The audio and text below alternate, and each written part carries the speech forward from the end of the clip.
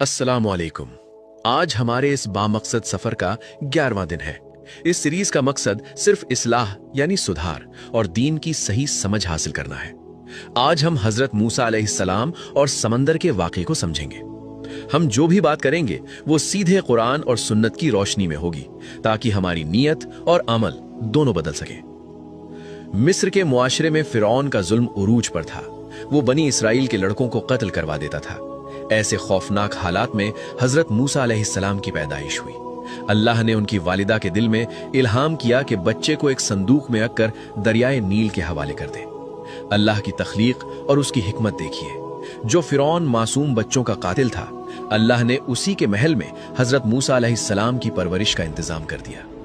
वक्त गुजरा, अल्लाह ने उन्हें नबूवत से नवाजा और फिरौन को हिदायत की दावत देने का हुक्म दिया। लेकिन फिरौन अपने गुरूर और तकब्बुर में अंधा था। उसने हक को झुटला दिया। आखिरकार अल्लाह के हुक्म से हजरत मूसा अलैहिस्सलाम रात के वक्त अपनी कौम को लेकर मिस्र से निकल पड़े। जब सुबह हुई तो फिरौन को खबर मिली। वो एक अजीम फौज लेकर उनके पीछे निकल पड़ा। बनी इसराइल जब आगे बढ़े तो सामने एक ठाठे मारता हुआ समंदर था और पीछे फिरौन की खूनखार फौज। कौम खौफजदा हो गई और कहने लगी, हम तो पकड़े गए। सूरे अश्शुआरा आयत 61। लेकिन हजरत मूसा अलैहिस्सलाम का अकीदा और यकीन पहाड़ से भी ज्यादा मजबूत था। उन्होंने निहायत इत्मीनान से जवाब दिया, हरगिज नहीं, मेरा रब मेरे साथ है, वो मुझे जरूर रास्ता दिखाएगा। सूरे अश्शुआरा आयत 62।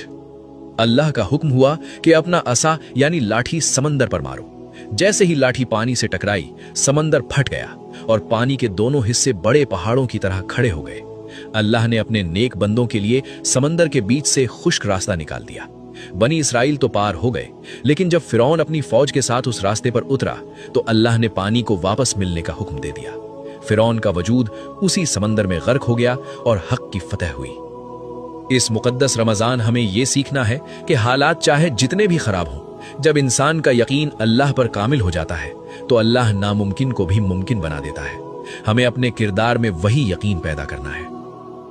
या अल्लाह, इस माह मुकद्दस के सदक़े हमें भी हजरत मूसा अलैहिस्सलाम जैसा कामिल यकीन अता फरमा।